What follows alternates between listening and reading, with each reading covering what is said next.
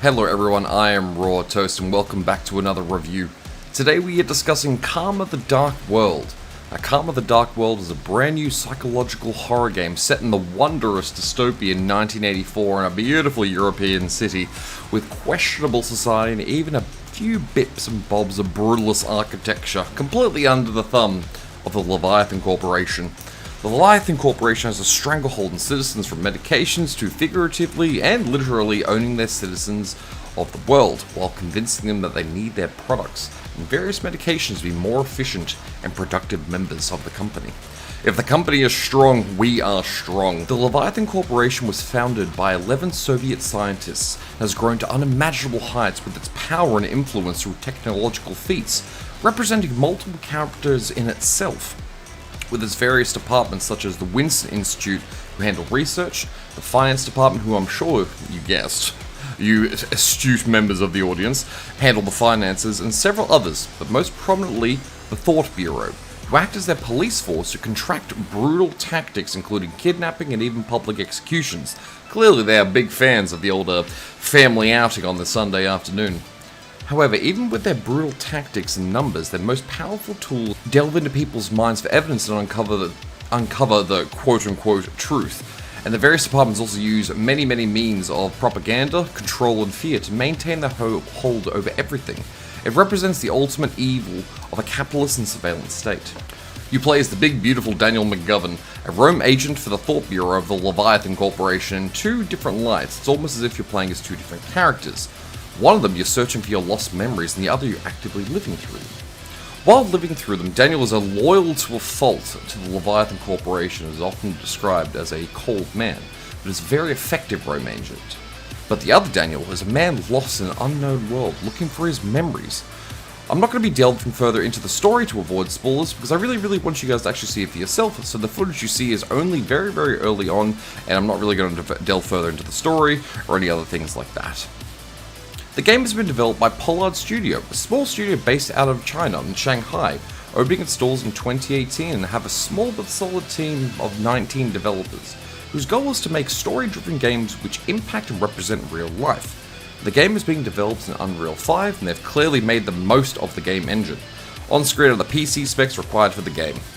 Karma the Dark World is set to launch on March 27th, 2025 on PC and PS5. From what I can see, the PS5 price tag is about $25 USD, however I can't find the price on Steam as I've received an early access copy of the game to review, thanks to Pollard Studio and Wired Productions. Super splendid of you guys, thanks very much.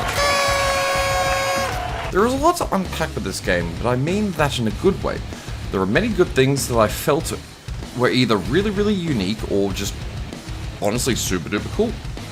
I've always enjoyed the Soviet 70s take on a dystopian world, especially with the brutalist architecture. The sound's a bit odd, but when you get to the menu, it really reminded me of actually Resident Evil 7 Biohazard, like how it's got like the tape recorder and like a few other things like that. I found that just kind of nice because I really enjoyed that game.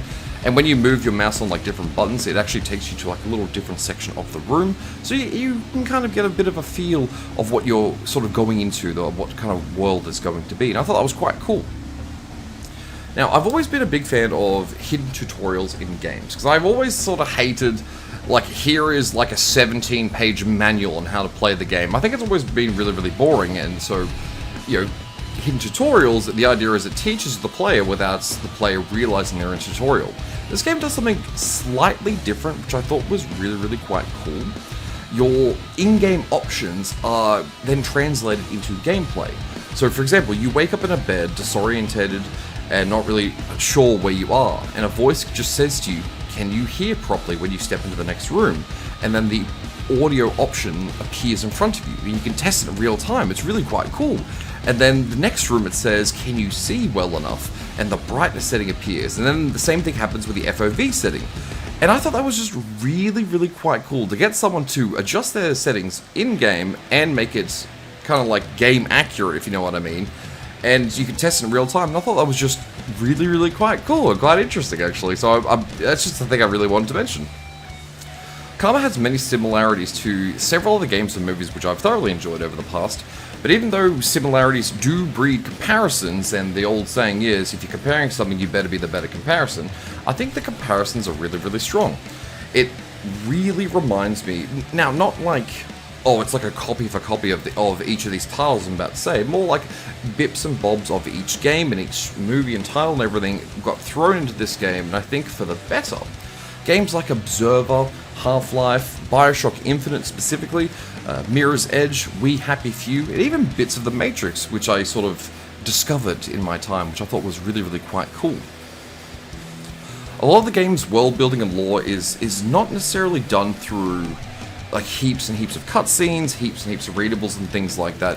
It's done through very, very powerful imagery, obviously including cutscenes and readables, but it's also done through imagery such as propaganda announcements, propaganda posters, certain readables like memos, for example, and even the environment itself, which I've always really liked. I've always been a big, big fan of environmental storytelling. Like take Doom 2016, for example. You don't need a cutscene or a lore book to tell you what happens in the scenery. You know what happens simply by looking at the scenery. So, for example, in this game, you're walking around part of the city and people are hurling rubbish at you from the windows and saying horrible things to you, and then you cross one block and there's a public execution occurring. So the game is very clearly telling you why you are or aren't particularly well liked in this place. With everything that the game has, there is a very, very large amount of allegories. Like, the game is very on your nose on some of the messages it's trying to say. Now, I don't necessarily think it's a bad thing, because I think what they're doing with the game is very, very fun, very interesting, and thought-provoking, but it is very much sort of like in your face in certain ways. Now, that's something you don't really like, art is what it is, whatever, but I thought it was really, really quite cool. A lot of the allegories directly represent the large negative impacts of what capitalism could be if left unchecked, and the ultimate extreme idea of a surveillance state. That's basically like, a big part of the imagery is, and quite a few other things. Like, I don't want to delve too far into it, because we're going to be here all day. But with all that being said, the question remains, is the game any good? As that's what honestly matters. Like, if the game could have a sweet coat of paint, but if the game sucks, the game sucks, But so that's why we're here, friends. So prepare my handy dandy list of pros and cons, and maybe discover if this game is a game for you, or maybe not. But to be frank, I'll be honest, I actually have very few cons with my experience in this game, which already paints it into a really, really good light. Pros. Great voice acting. I feel like the voice acting all had good direction. I did play the game in English because I'm an English speaker, so I imagine maybe the Chinese voices could have been better in certain elements because they are a Chinese studio, but I'm not too sure. But the voice acting that I discovered was filled with emotion. They were good conversations, but very, very rarely, I will say, there was a few bips, like scenes where one word or two words was just closely two together, but I'll talk about them in the cons. But overall, the voice acting was very, very good, and I thoroughly enjoyed it. Great visuals and art style. The game looks fantastic. It just looks really good. I can already see the images they're trying to pass to me as a player, and what kind of world they want me to see. And I really enjoy it. Like I said a little bit earlier on, I really enjoy the 70s dystopian sort of look. Kind of like how you would envision Blade Runner or even Alien, where it's got that aged tech, but in a future world in a certain light. That's kind of how I view it in a lot of ways. And I think even just like very, very small, minute details of just like footprints and just even honestly garbage on the street is really quite good. Interesting dystopian future. Now, the dystopian future that they've done isn't like anything brand new or anything like that, but I think they've done it in a really cool way. Even if very overt, I thoroughly enjoyed it. Constant sense of unease, anxiety, and foreboding. So I've played many, many, many, many horror games and psychological thrillers and all that kind of stuff, and seen those movies for many years now. Many, many, especially on stream. We've done probably like 80 different horror games on stream, for example. And the way a lot of horror games works, it sort of will build up tension, and then after a certain amount of time or X amount of time, it will release that tension in the terms of like some sort of scare, for example. When you're playing Outlast, you're running, you're terrified that something's after you, and then all of a sudden someone grabs you and you leg it and you're in a safe spot. Now the tension's now released. So you're no longer scared anymore. You might laugh, you might go, oh damn, that was bad. But in this game, almost constantly, there is a very faint drumming sort of sound, like a grumbling noise, a very, very faint tune. So you feel it. You don't really quite realize you're hearing it. And part of the reason I knew for a fact it was there is because when I looked at my recording software, I could see the volume meter still moving when I wasn't talking or anything happening. Then I turned my headset up and I can hear it very clearly now. And that is why I was feeling so uneasy and anxious, and just these sounds and sometimes just pure silence is very foreboding and keeps you on alert. Like, you don't really get to calm down. You don't really get to have that release like you would in a game like Outlast or The Beast Within or Alien Isolation or anything like that. Now, with that being said, the sound design I think is really great. Like, there is really nice music actually. And I believe it was a in-house made what do you call it? Soundtrack, which I think is really, really good. I love when games do that because it means it helps us creators because we don't get those pesky copyright DMCA business, and just the sounds of how you interact with items as well, the ambient sounds such as rain or just voices in the distance, that kind of thing. I think it was done absolutely flawlessly. Puzzle boxes. Now, I like puzzles, they're fun, sometimes they're super annoying, but the puzzle boxes in this, it's almost like a kid's game. You open it up and it gives you a puzzle. The puzzle will give you 4 options, and if you get it right, a little character pops out, a little collectible. It's like, oh, that's cool, but when you flip the character over, it actually gives you lore. It's not game important lore, it's more like, here is a really important person, or here's one which I actually found very interesting. It was, here's, Jeff the janitor. He has cleaned 100 square miles worth of corporation flooring. And I thought, this is a very interesting, very specific piece of lore for this random janitor. I thought that was really quite cool. Great optimization. I've had no stutters, no crashes, no frame drops.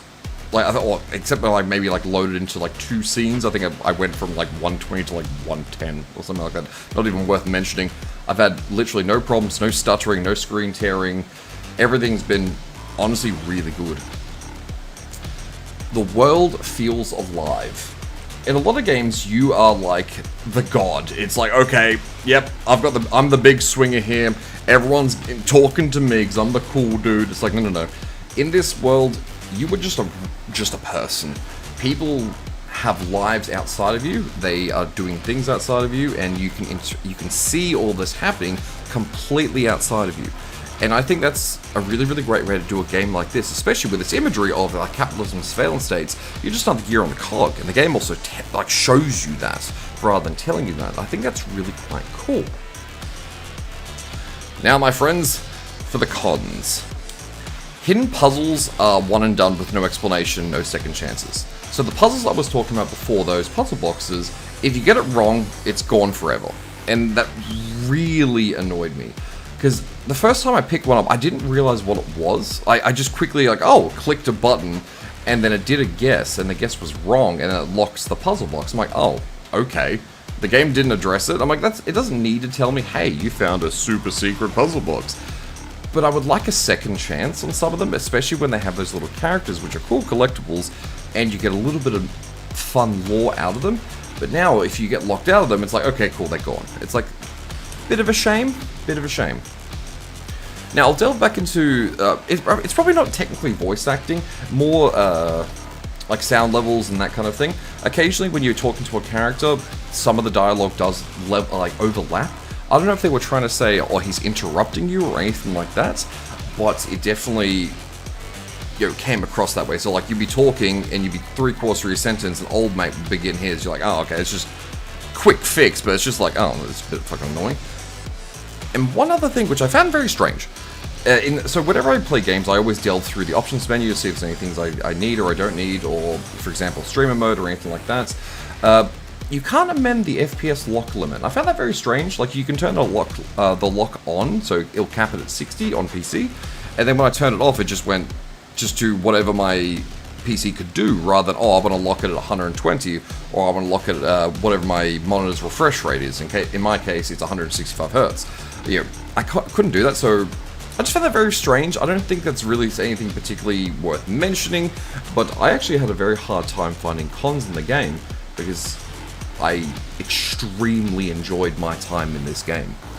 So in terms of my review, so as you guys know, if you've seen my previous videos, I do the whole worth the buy, not worth the buy, wait for a sale kind of deal, because everyone has their own different ideas what a 5 and a 7 means. So I think this way is just nice, clean and simple, whether you should or shouldn't get it, and if you should, whether you should, get it cheaper. I think this game is absolutely without doubt worth the buy.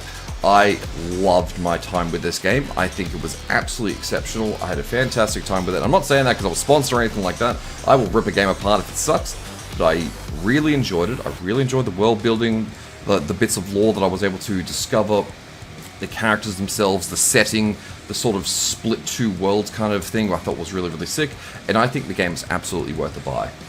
And if you like psychological thrillers, it's more psychological thrill than horror, which would be a good thing to sort of point out.